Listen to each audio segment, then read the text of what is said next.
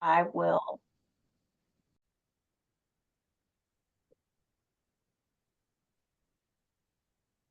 Hi, everyone. We appreciate you all joining us this afternoon. We have an exciting CFTA February water cooler for you all. Today, we have the CFTA 2024 Ellington Award winners who will be presenting innovations in AI and digital ecosystems for facility operations at the largest university district. Our presenters today are Peggy M. Quijada de Frank. She's the Associate Vice Chancellor of Facilities, Planning, and Sustainability for Los Angeles Community College District. We have James Conway, Maintenance and Operations Standards Coordinator. We have Sunil Shah, Technical Program Director, in Kimon Onuma, Architect and BIM Specialist and creator of the Onuma system. So with that, Peggy, let's take it away. Yes, so thank you so much. We're excited to be here, very, very excited and very happy to have received the 2024 Ellington Award and Innovations. Our presentation is related to the innovation in artificial intelligence and digital ecosystems for facilities operations for the Los Angeles Community College District. Next one. So we will start by talking a little bit about Fusion. Fusion is the Facilities Utilization Space Inventory Options Net. Is California community, all California community college districts share this system. We have 72 community college districts. We have over 5,000 buildings, space inventory, and facility condition. Within this kind of inventory, we have up to 90 million square footage of facilities, and that serves all our community colleges, serves 2.75 million students. And all that information is real time, is available to us at any moment. And this supports the digital twin. So just to give you some context, Los Angeles Community College District has 9 colleges and 2 satellites. It has changed the lives of up to 4 million students in the lifetime of the community college. It covers 900 miles. It goes from the north, it's Mission College to the south, Harbor College, and then we have from the east, East Los Angeles College to Pierce College. We serve, that encompasses around 30 incorporated cities and 11 public school systems. And of course, we provide education and opportunities to all. Some fast facts about LACCD. In the image, you will see one of our buildings. It received a Construction Management Association of America Project Award in Education. It's a very beautiful building, a very sustainable kind of architecture. Some other facts is here we're representing the demographics of our students. As you can see in the bar chart, is mainly Hispanic, followed by whites and Black, and then other ethnicities that more or less mirrors our city. The other thing that came after the COVID-19 is that many of the classes went from 100%, almost 100% in person to now 45% in person, 48 remote, and 8% hybrid. That, of course, has a direct impact on the way that we utilize our facilities. And here we can see also that we serve during this, we serve around 250,000 students per year. In this slide, we want to show you more or less as context for what is coming later on in the presentation, is our portfolio of facilities. We have nearly 12 million outside square footage in facilities that represent 742 buildings that has classrooms, laboratories, offices. We also have athletic facilities and student support services. In the pie chart, you will see more or less how the space is distributed. One of the campuses that has the most is ELAC, that stands for East Los Angeles College. It has around 20% of our buildings, followed by Trade Tech, LATTC, it's 14%. And then we have LA City College, LACC, by 12%. Just some fun facts. City College is a very old campus. It was the original campus for UCLA, and then UCLA moved to the west side of the city. And Trade Tech, which has celebrated the 100th anniversary of Trade Tech, that's LATTC. Next one. Now, how do we maintain our facilities? Well, the funding to improve our facilities come from three sources. One is the Bond Capital Construction Program. It's one of a very mature bond program since 2001. And we will talk about it one slide later. And then we have deferred maintenance funding. That's 2% of the general fund. For context, in the fiscal year 24-25, we had around $18 million for deferred maintenance projects. And we also received scheduled maintenance funding from the state. It's not a steady income of funding. Sometimes we have $0, and next year we have $20 million, and so forth. So what we really rely on, of course, we are very grateful for the state funding. It could be significant some years, but we have our deferred maintenance funding that is also steady, so we know what we can take, what buildings we can take care of on certain years. Next one. And regarding the Bond Capital Construction Program, we have around $14.9 billion in investment. Actually, it's around 15.1 with interest. And as I mentioned, our bond program is a very mature one. It started in 2001 with Prop A, and the last bond was approved in 2022 for $5.3 billion, and it's to improve mainly athletic fields, campus infrastructure, technology, and pre-1970 buildings. So as a community college district, we share many challenges with other community college, and I'm sure challenges we share with our universities. One is the financials. The financials are shrinking, and our facilities are always needing the same amount of money to improve, and sometimes we need to maintain, and sometimes we need more money to improve. Facilities is not the core business. Education is the core business. So sometimes we compete in terms of the budget with our educational needs. And of course, our budget gets slashed a little bit once in a while. Then the silo effect. There is no intercommunication between facilities and what is needed in education and etc. Sometimes we have these silos, and that makes it difficult.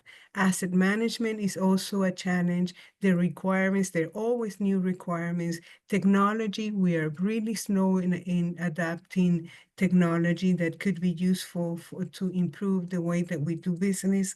And staffing, we are always competing with other industries in terms of staffing. Next one.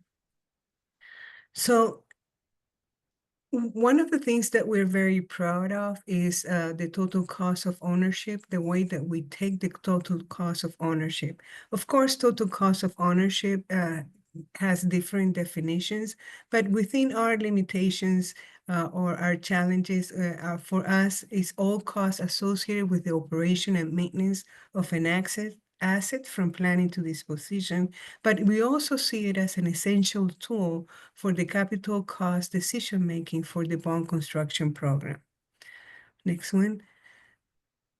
So why do we need a total cost of ownership plan? Is to support major repairs and infrastructure projects decision making, to identify the necessary the needs to maintain an asset or assets, and to determine the cost of additional space, and to support the maintenance decision making process. So our next one, and our plan has 7 components. So we consider the FCI is the Facilities Condition Index and the asset management. We also establish M&O benchmarks. We consider the APA standards, APA meaning the Association of Physical Plant Administrators. We also consider the cap load analysis of our spaces, meaning cap is the capacity of a space versus the load is how much of that space we're utilizing. We also consider sustainability needs, the deferred maintenance fund, how we're going to allocate the funds, and the computerized maintenance management system, or CMMS. Those are the 7 elements that we take into account in the total cost of ownership plan. So with that, this is just to give you context, but I'll leave it now to James Conway, our Maintenance and Operations Standards Coordinator, to walk you through some of the things that we're doing. James, take it away. Thank you, Peggy. To reiterate on the M&O, next slide. To reiterate on our challenges, our building systems are getting more complex, HVAC side, electrical, plumbing, etc.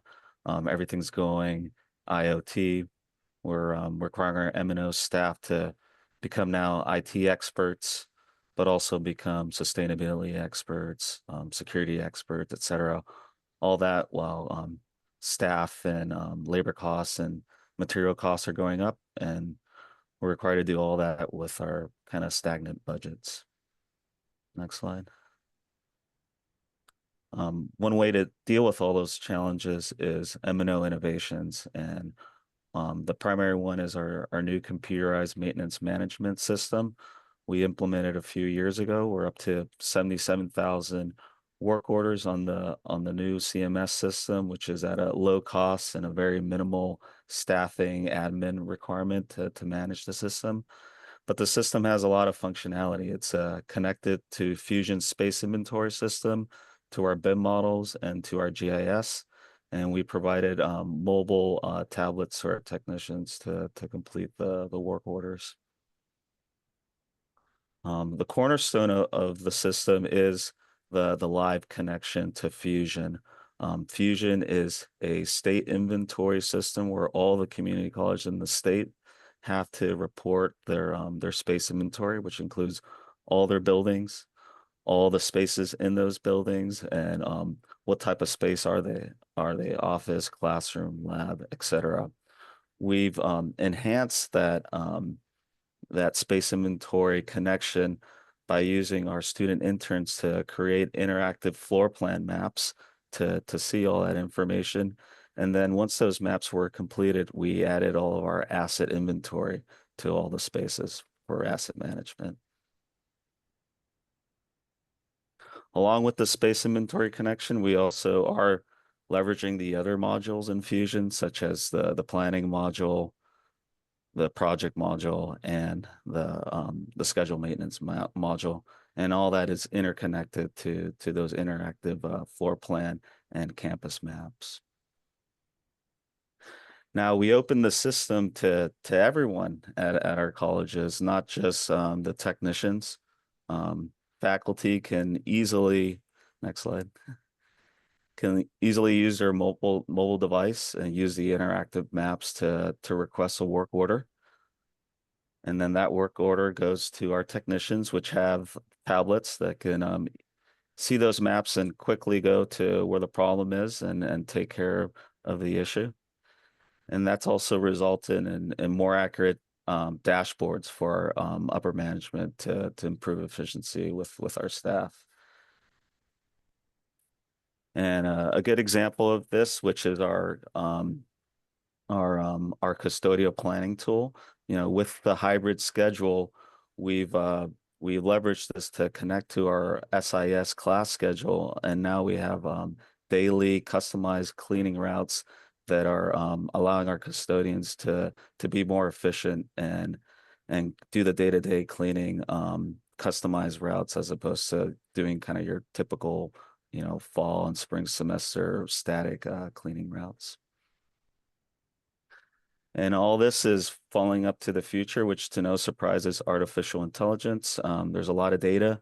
We're counting on leveraging AI to analyze all this data, get a true total cost of ownership, and improve our processes and kind of make that transition from sustainability to decarbonization, going from reactive maintenance to more predictive maintenance, and then and also using AI for training. And with that, I'll pass it on to Sunil Shah, who's going to go in depth with our asset tagging project. Thanks, James. Good afternoon, everyone. So James kind of laid the groundwork for where we're moving now, which is the Facilities Equipment Asset Management Program, which starts with asset tagging. When I say assets, we're talking about big pieces of equipment that run the facilities, chillers, boilers, air handling units, those sort of items. And so we can go to the next slide. Here's our strategic roadmap. Like Peggy mentioned and James mentioned, it started with Fusion and the CMMS. We completed that in 2022. We provided mobile tablets and iPads to the facilities technicians after that. And so they, like James mentioned, they now have access to the work order systems on the fly. It makes them way more efficient. They don't have to keep going back to their workstations or desktops. They can move from work order to work order and plan their days accordingly. And then I'm really happy to announce that our asset management program, which we completed in December of 2024.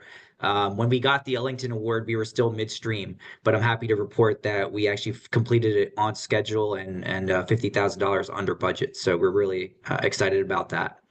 And that's what we're going to present in the next coming slides. And after that, we'll talk about what the future is, which is integrating a lot of the metadata into the work order system, and then the future universal asset inventory for LECCD, which will integrate AI and predictive maintenance. Next slide. So our stakeholders for the asset management project, this is a large project, district-wide, 9 colleges. We had to work with a variety of people, all the way from the chief facilities executive, the vice chancellors, our maintenance and operations standards coordinator and teams, along with the college facilities directors and technicians. Then we ran the project through the program management team, which is my team. These are our technology project managers, our building information modeling teams, and then the college project teams. And then we utilized key partners, our consultants and vendors, Enuma Systems and Quartz Consulting to deploy the project. The baseline is Fusion from the state, and then the Enuma CMMS, where we have all of this data already in place and 2D maps in place as well. Next slide. And based off of that, we broke the asset management project into 3 phases. The first phase was project planning. This is where we planned the project, the schedule, what was in scope, our contracts as well. We then developed standards to identify what types of equipment would get asset tagged, what type of asset tags we would use as well.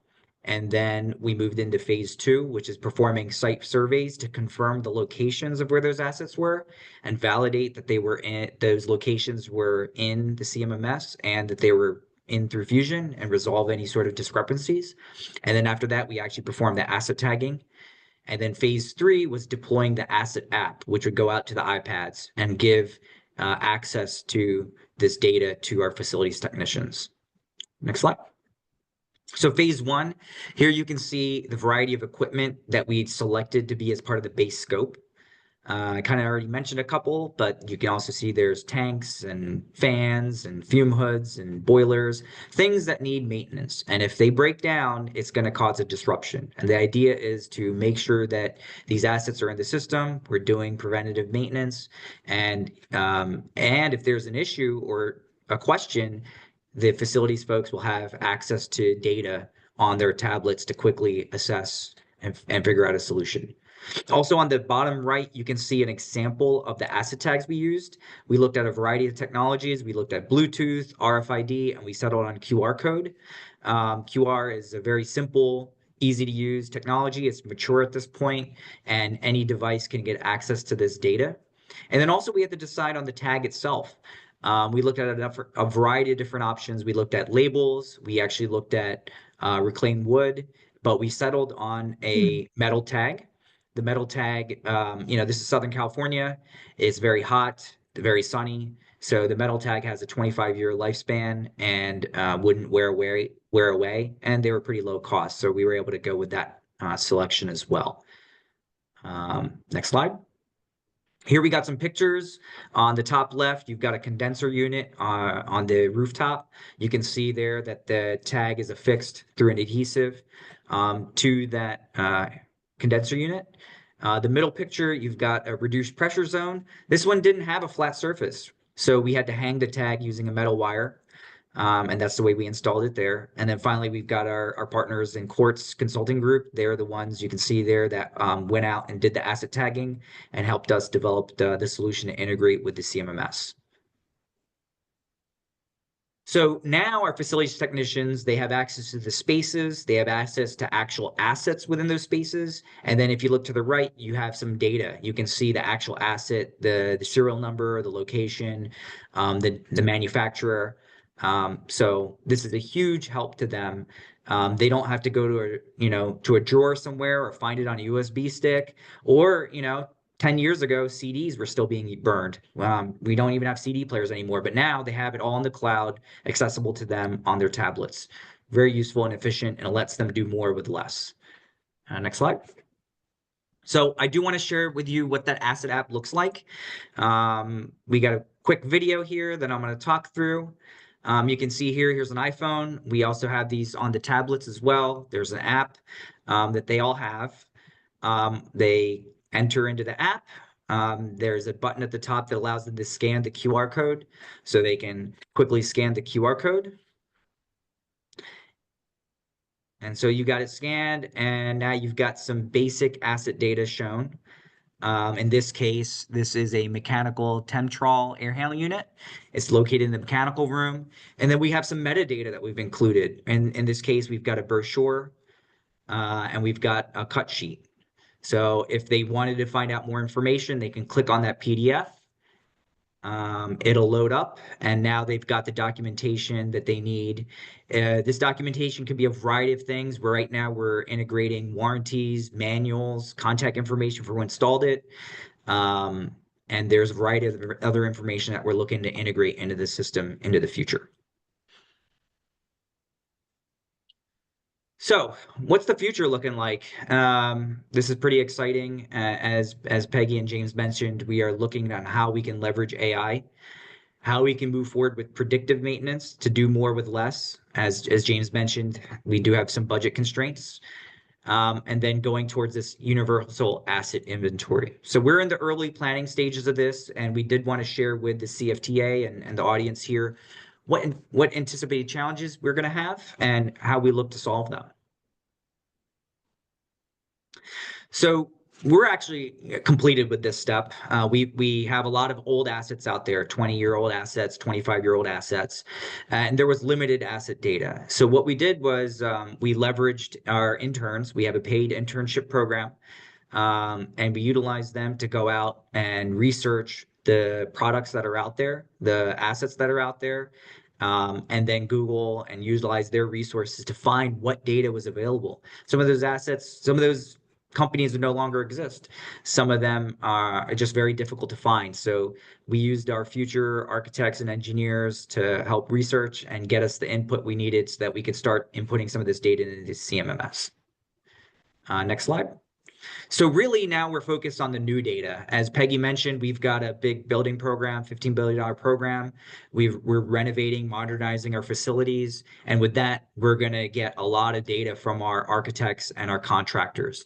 And we've got to be able to utilize that in a meaningful way. And for us to integrate it with the CMMS and turn it over to facilities to maintain these systems, we've developed a standard using COBE, the Construction Operations Building Information Exchange. It's a big spreadsheet, but what we've done is what we're doing rather is we're going to work with our building information modeling team to update standards to ensure that all of our architects and engineers are utilizing this with their designs.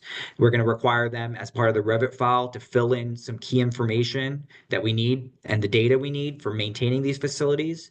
And we're going to ensure that our contracts, our future contracts, have this requirement for the COBE submittal.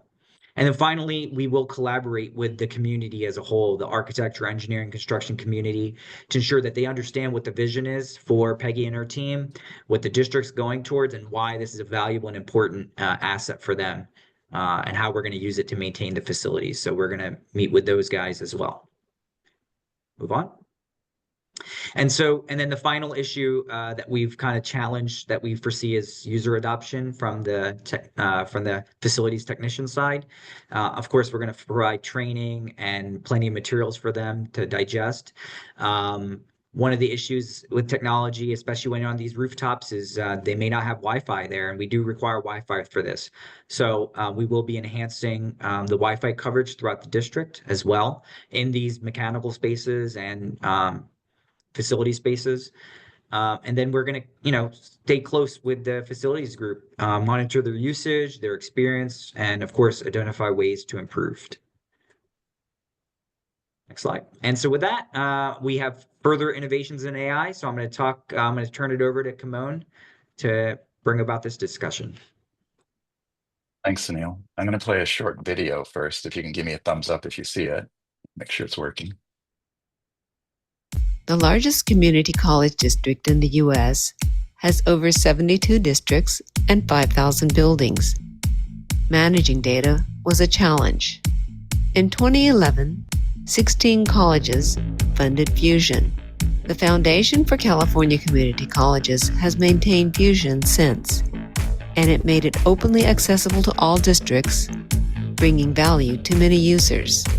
Connecting to apps, Fusion became part of a digital ecosystem. For technicians, assets are at their fingertips and easier to access for day-to-day operations. When AI is used in this digital ecosystem, it supports other uses. For example, when emergencies strike, the system can be used to respond to the crisis, allowing for better decisions that leaders can make in real time to protect people and assets. When the emergency is over, college activities can continue and the campus remains prepared, resilient, and connected. With the digital ecosystem, decisions connect.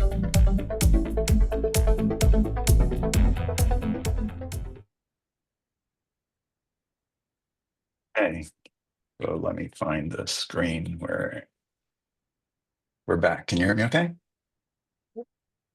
Okay. So thanks for listening to that. That was a good background to what I'm going to talk about next, which is about the use of AI. But before I even get into AI, we've already kind of touched on the foundations that are there, the Fusion space inventory at the state level. I haven't seen any other owner organization with that type of access to information at that scale, and it's been around, like the video mentioned, since 2011. So it's a stable foundation. It's not a vendor's application. It's the state-owned, community colleges-owned foundation of data that then you can build other information on top of. So, for example, as James and Sunil talked about as well, the other CAD, BIM, GIS, and asset data, and then the CMMS and the ONUMA system, they all fit together like Legos, and even future systems as well. So it's not one monolithic app. That's the big kind of takeaway from this is there's no single application doing everything. There's a lot of systems that need to talk to each other. And the way to scale it looks complicated, but if you do it a piece at a time, just like Legos, you can incrementally build on top of it. And most importantly, if one of the Legos on top goes away, you can replace it with other Legos, because that's a constant challenge with other owners as well. As systems go away, if your data is embedded in the system, you lose your information, then you have to rebuild it. And that's a huge effort. So this new type of approach, which is we're all used to working on our mobile devices, it's basically built on that architecture. How do we scale it and build it over time?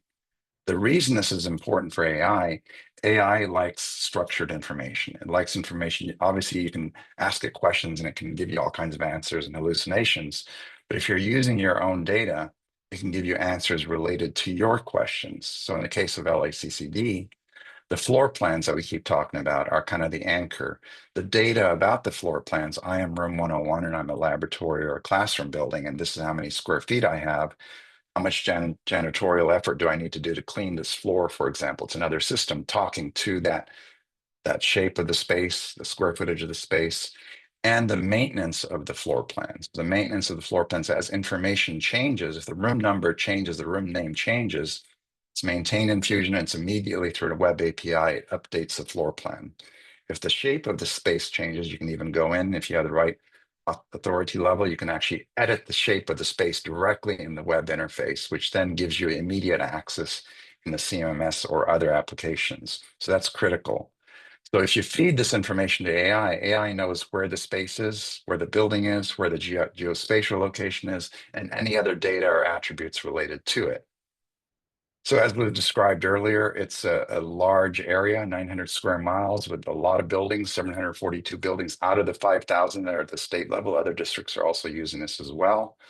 But over 10,000 spaces, 77,000 work orders to date and constantly climbing. There's millions of data points and thousands of stakeholders, all with different levels of expertise and understanding of what they want to do. So the occupant has a different view, like we saw, versus the technician. And then there's just tons of data coming in. The work orders, for example, it's not just a single line. There's a work order. I'm in this location. Here's who I am. Here's the time I put this in. Here's the whole narrative about what's going on in this space. There's water on the floor and the room is too hot. This equipment's not working. And obviously, all this data, even before AI, is useful if you have it accessible in applications. You can ask the app and say, what's going on? You see it in the floor plan, we said. But the problem is, as you start connecting all these different systems, it's just a mountain of data. And with limited resources, we need other partners to help us analyze it, where AI comes in. So AI is really good at looking through a lot of information and giving us insights, right? It still hallucinates, as we know, but the more direction we can give it and say, go look in this area and do something for us, give us some, what do we do? What do we do next? What are the patterns that are happening? So from over a few years ago, in fact, even before ChatGPT came out, we were doing a lot of this kind of analysis of data and machine learning and all kinds of, rules and algorithms. But with AI, we started saying, what can we do with this? And so it starts with the occupant in the room, like I mentioned. You can actually try this as a live version. We'll be sharing this link later as well. But you can actually see the interface live. What does the user in the building that knows nothing about buildings or CMMS or anything, they're just reporting what's going on. It's a conversation with the people in the building, and that's where the 77,000 requests come in. As they're coming in real time, and as the floor plan is being shown to them in real time, if the changes happen in the floor plan, they see it as well. AI sees the same things. So the conversation starts happening between the occupant, the technician, the facility managers. The building starts talking to us through the information, and all the stakeholders are talking about the same thing. It's not the paper floating around that we saw in the video. And AI layered on top of this, we can start saying, create charts on the fly. AI can generate visuals now. You can essentially build dashboards on the fly. The applications become disposable. It's no longer these monolithic, complex systems that you have to kind of implement for many years. You basically can start building applications on the fly, just like Sunil showed. That was a quickly generated application that's sitting on top as a Lego block, and the AI is the same thing.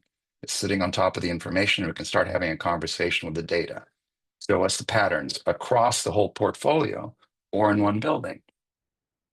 show us the life safety related work orders. We can see the requests coming in, so we can start triggering different things and say, okay, this might be an issue that we need to address really quickly. Or in an emergency, for example, how do we react to what's going on inside the building? So the building is literally talking. Not only the building, but the occupants in the building are talking and giving us information.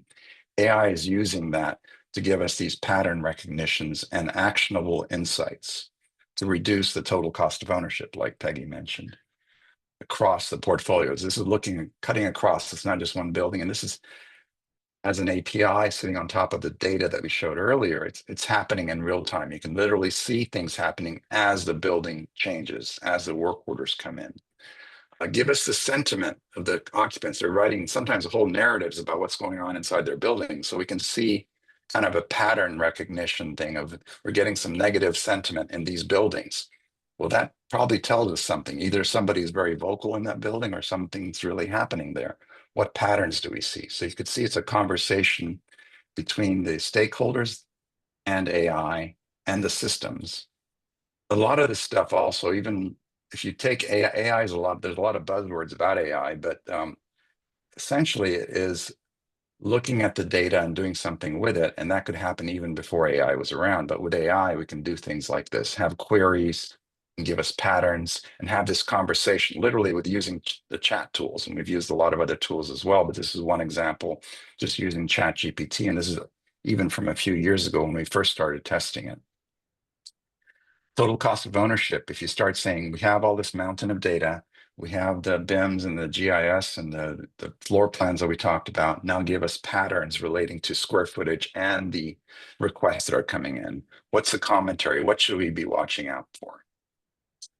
Even creating procedures, preventive maintenance procedures, for example. We took the preventive maintenance narrative and we said, what happens if we try and create a graphical kind of a how-to manual? This was an experiment. It's kind of, the graphics are a little bit weird in some places, but you can see where this is going. You can essentially take text and start creating manuals on the fly relating to that preventive maintenance procedure specific to that building and allow LACCD for that location. So it's just endless, but the tools make it easier to approach the information.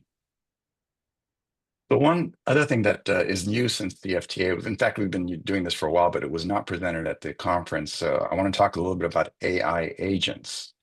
They sound very mysterious and everything, but essentially it's like you have an intern that you're training. You are an agent, you can do this, so you can get this out of that, kind of a simple kind of an instruction. And this is what it looks like. You are a work order agent, and you specialize in analyzing work orders in facilities, and you're equipped with these tools and data sets to make recommendations and work with other agents and stakeholders. That's one agent with a very specific task. Then you layer them in on top of that Lego piece and say, here's the data that we want you to use, and go and work with other stakeholders or other agents. And you can then broadcast out other teams. So you can have teams of agents that are doing things that would take a lot of effort to do manually. And then you can even instruct them to work with the facility teams or the technicians in the field. So it's a partner to work with. That's how we see it. It's doing more with less. And to break it down even further, there's the work orders that we saw, the chart on the left and the floor plans. This is a lot of data in the BIM and the GIS and the CMMS system that is tabular data related to a graphical location. The map is critical because we've seen over and over again, if you just have lists of data, it's not as informative as being able to see a map and be able to react to that map. And the technician can find the location of, here comes a work order, I need to go into the mechanical room and see what's happening with this piece of equipment, right?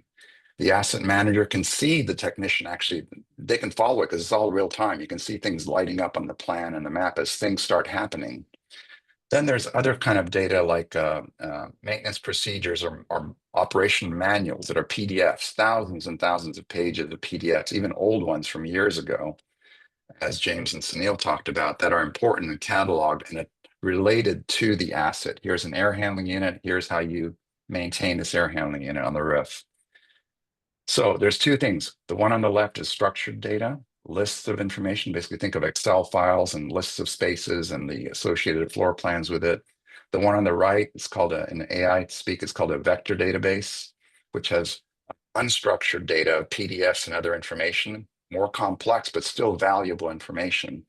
And this is a simplified view, what's called retrieval augmented generation, or RAG, and how agents work, how you actually work with structured, coming from the BIM, coming from the GIS, coming from the CMMS, unstructured data, images, photographs, people on the roof collecting things and having scans of things, PDFs of manuals. And then these agents can start working with a technician, for example. So it's AI working with field technicians to do more with less again. That's the objective of all this. How can we enhance the ability to do that? And how can we scale it piece by piece? And that's pretty much it. There's a lot more to this, obviously, but we're excited to share what's already happening at LACCD, and we're constantly moving and innovating and adding new functionality a piece at a time in an agile way, step by step. While the train is moving, things are being added and changed to, and it takes a team and an effort to bring this all together. But in my view, working with other owners, this is one of the most advanced thinking because it's very pragmatic and it's actually in place. And it's not kind of a grand multi-year plan. It's actually being used as it's moving along. So thank you, Peggy and James and Sunil. I guess we'll go into Q&A. But You want to before, open up the mic? I would like to thank CFTA for allowing us to present our findings and share with you what we have encountered, our challenges and our opportunities and things that we have learned, and looking forward for other events in which we can learn from all the other members, things that you're doing that might help us also improve our facilities. Thank you. Of course. Absolutely, Thank yeah. Yeah, thank you too. That was a great conference, and it's a lot of value, I think, to the industry, and the other colleges and universities should consider joining CFTA.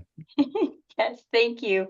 Well, we appreciate you sharing the breadth of your work on this very obviously multifaceted project.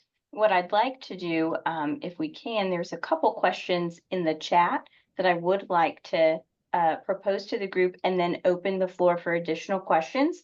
We've got about 15 minutes or so, so we'll just be mindful of that time. Doug asked, are you concerned with any security risks by sharing your facilities data with OpenAI or ChatGPT? Yes, that's actually a very important concern. The most dangerous thing is if you don't have a policy in place and don't have an idea of what type of data you have. We work with a lot of other owners, have no idea where their data is, and things start leaking out. There are ways of having more of a local kind of version. And also from a cybersecurity perspective, and we've worked with we're actually working with government agencies on this specifically. You have to, first of all, catalog and understand what type of data you have. What data needs to be secure? Obviously, personnel data and names and emails and everything is secure. The name of the building, the location of the building, it's pretty public. You can find it in Google Map.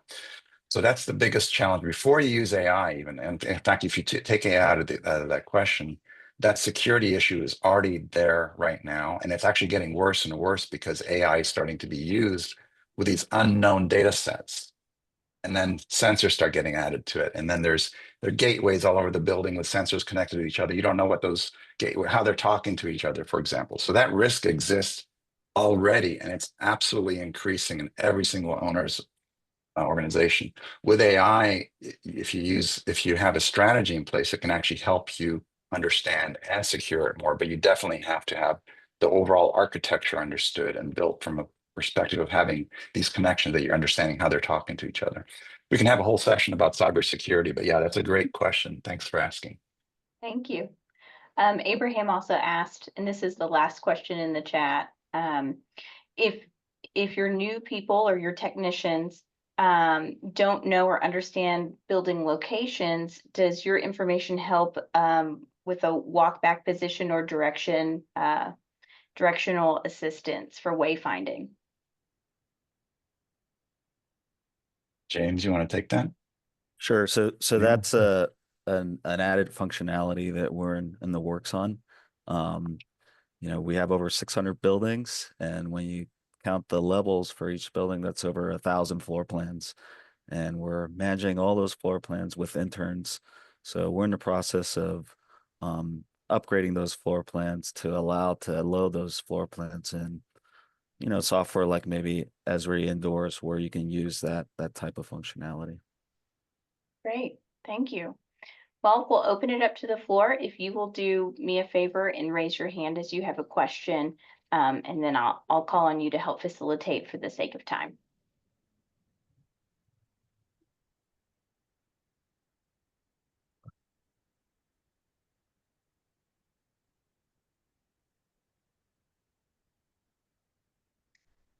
And if there are no questions, I have some questions. Okay. I would like to know, so you mentioned your stakeholders at the beginning of the presentation, and a little bit about your campus diversity and enrollment. And I know that you were able to get everybody on board in order to implement this initiative, but what was your first step in rolling this out to your campus partners? What resistance did you face, and how did you gain buy-in to get the momentum to get here? I think James is the perfect person to answer that question. Go ahead, James. Yeah, so before we rolled out the CMS system, we were using SAP. There was pretty archaic functionality in it. There was no floor plans. So across the board, from faculty side all the way to the technician side, they were excited about using a more simplified, easy to use CMS system that was more interactive. And with Yeah. and then with the connection to Fusion, we already had all the buildings, all the spaces accounted for. So, Timon, how long did it take us to go live with the pilot campus at City?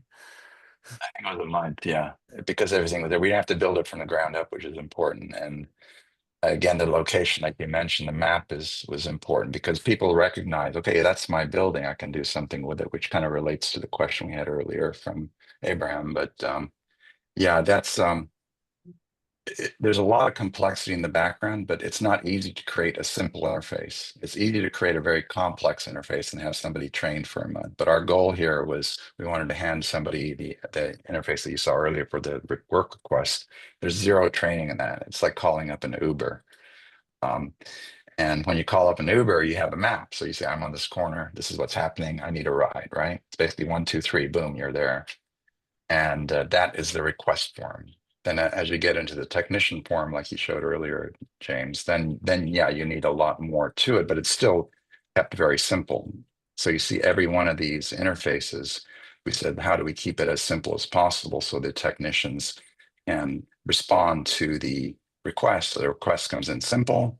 The technician has a little bit more information, but it's still very their domain view, just their work orders, which is another angle for the security question here.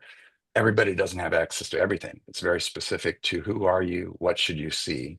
Then one level up is, okay, now I'm the facility manager and I'm maintaining and managing space. I can see everything and I can move things around and change. But even the technician does not see the names of everybody on the team, for example. They're only the people that they're working with, not the entire list of who is the team for all the districts.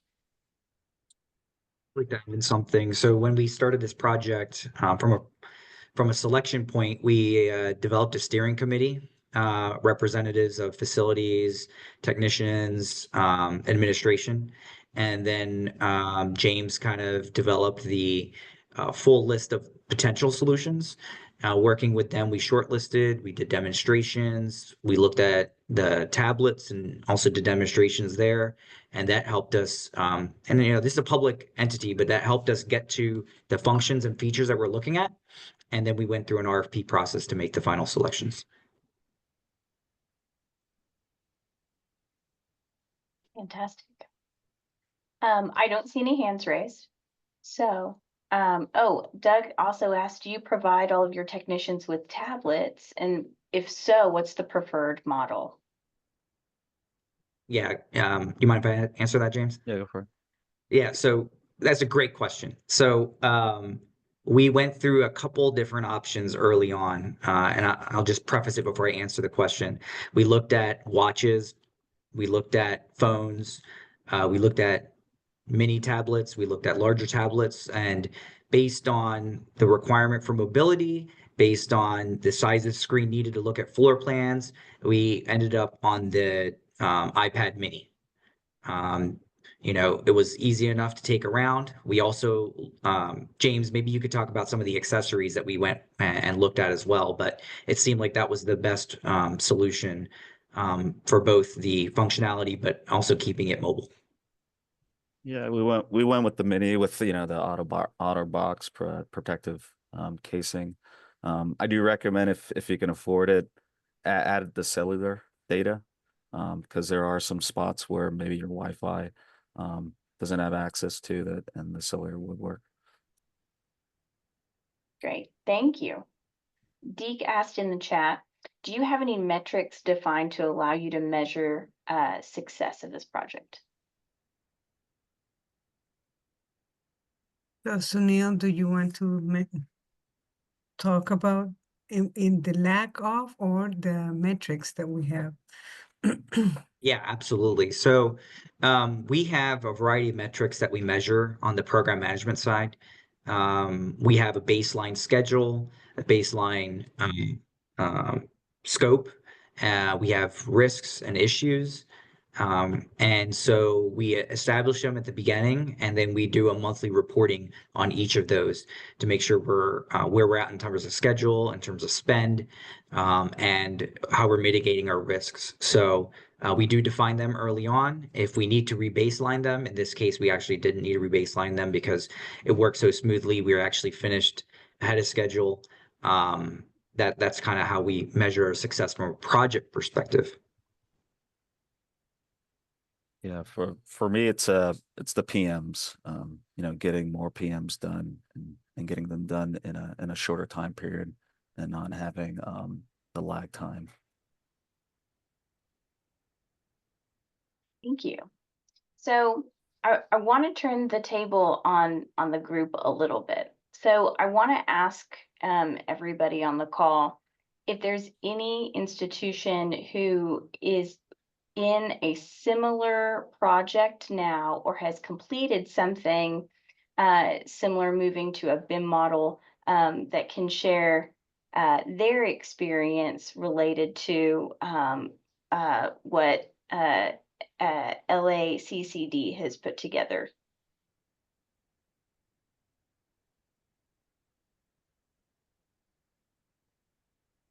And You're with asking all, the participants? Sorry, yes, go ahead. of Yeah, course. okay. And out of all the BIM and CAD experts in the room, I would suspect that there are others who have also put together projects like this.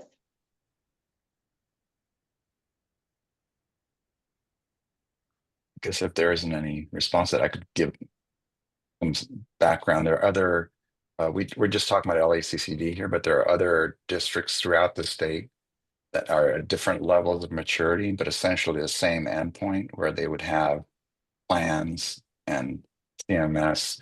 Maybe the most important takeaway is you don't even really need them to start with this. You can start with CAD or PDF. There's nothing, if you have BIM, that's great. If not, even a simple floor plan. A lot of them start with a simple floor plan. And when we started with Fusion, we even started with just lists of spaces and at a location, which says, well, there's 3 classrooms in here, whatever. So it's the main takeaway is a big vision, but start with what you have.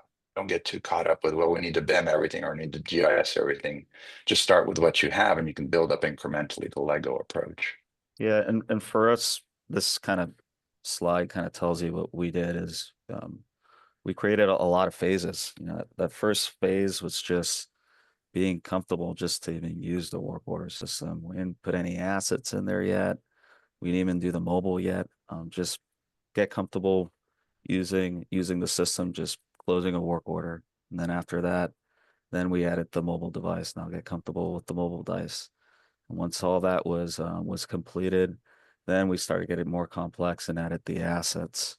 And then now we're getting more into the PMs. So we that was over 4 years now. So we're taking our time, but I think that's the best way to do it for our type of size district.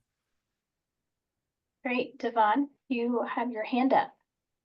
Yes, because we've done not to this scale. So I'm very, impressed with LACC that has done with the program they have. But like Sunil and others have said, start small. I mean, we started, our main goal was to, get maintainable equipment, from our BIM model into our CMMS. Because as you guys know, as you build something, it takes a lot of time and effort to go collect that data.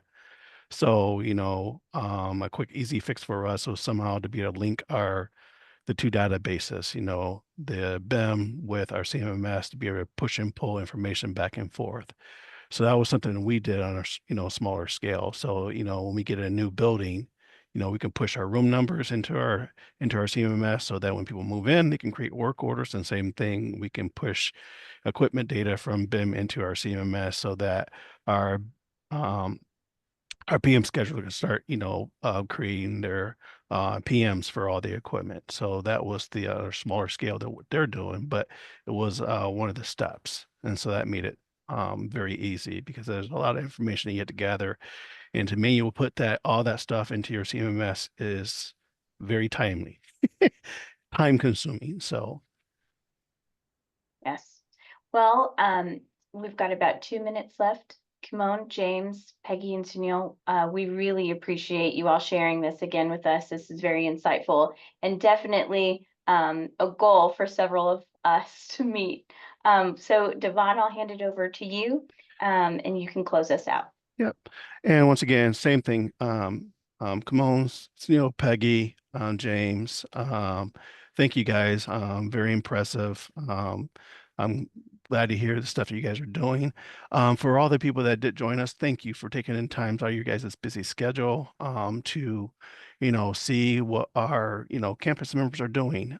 This is the type of things that we like doing. We like sharing information because, even though we all are competing to get students, the thing is that's what the CFTA community is for, to be able to share information because we all have the same challenges.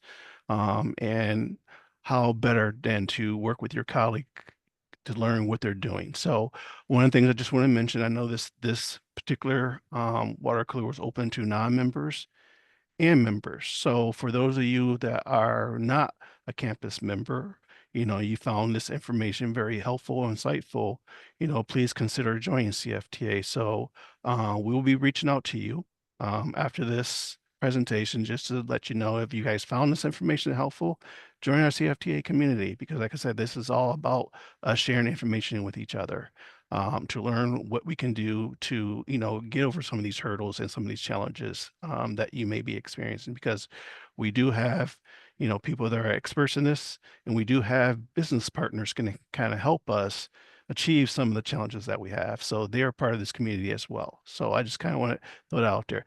The other thing that I just want to mention to you guys, for those of you that are campus members and want to be engaged more with us, that you want to, maybe volunteer and assist us. We are looking for more people to volunteers on various committees and task forces because, those are things that we need to help, so, if there's something that, you think you can kind of assist us with, reach out to us and let us know because we are definitely looking for more volunteers to be more engaged with us. And last thing, for those of you guys know, the conference this year is going to be in Minneapolis, Minnesota. So I know you guys have been seeing some things about that. So just be on the lookout for that. But that's where we're going to be this year. We're going to be in Minneapolis. So, if you want to be a new sponsor, be on the lookout for that information. And if you want to attend the conference, be on the lookout for that as well. I think there's some information already on the website